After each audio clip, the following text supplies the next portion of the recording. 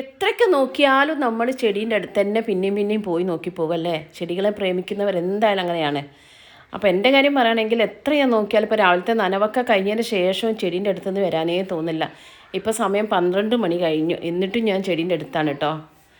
വീട്ടിലെ ജോലിയെക്കാട്ട് എനിക്കിഷ്ടം നമ്മുടെ ചെടിയുടെ കൂടെ നിൽക്കുന്നതാണ്. അപ്പോൾ ചെടികളുടെ കൂടെ അടുത്തൂടെ നടക്കുമ്പോൾ അല്ലെങ്കിൽ അവരെ ഒന്ന് നോക്കുമ്പോൾ കിട്ടുന്ന ആ ഒരു സുഖം വേറെ ഒന്നും ഉണ്ടാവില്ല. നമുക്കൊരു മാനസിക ഉല്ലാസവും കൂടിയാണ് നമ്മളെ ചെടികളെ ഇങ്ങനെ ശ്രദ്ധിക്കുമല്ലേ.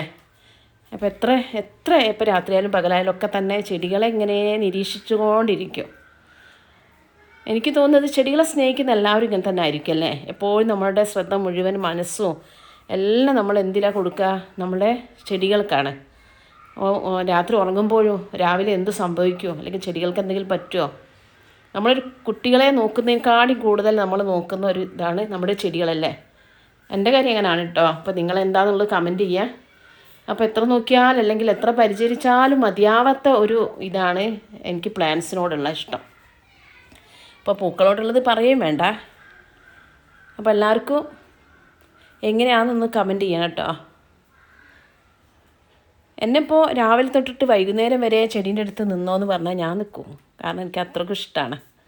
വേറൊരു പണിയില്ലാതെ ചെടികളുടെ കൂടെ തന്നെ നിൽക്കുകയാണെങ്കിൽ അതെനിക്ക് ഭയങ്കര ഇഷ്ടമായിരിക്കും കേട്ടോ. അപ്പോൾ ഇവർക്ക് വളം കൊടുക്കുക, വെള്ളം കൊടുക്കുക, എന്തെങ്കിലും കട്ട് ചെയ്യുകയാണെങ്കിൽ ചീത്ത ഇലകളൊക്കെ കട്ട് ചെയ്ത് കൊടുക്കുക. അപ്പോൾ നമുക്കൊരു ക്ഷീണവും തോന്നില്ല. വേറെ എന്തെങ്കിലുമൊക്കെ ചെയ്യുമ്പോൾ നമുക്ക് ക്ഷീണമൊക്കെ തോന്നും. പക്ഷേ ചെടികളുടെ കൂടെ സമയം സ്പെൻഡ് ചെയ്യുമ്പോൾ നമുക്ക് ഒരു ക്ഷീണമോ അല്ലെങ്കിൽ ഒന്നും തോന്നില്ല. നമുക്കൊരു ഉത്സാഹം അല്ലെങ്കിൽ ഒരു എനർജി കിട്ടുമ്പോഴാണ് തോന്നുന്നല്ലേ.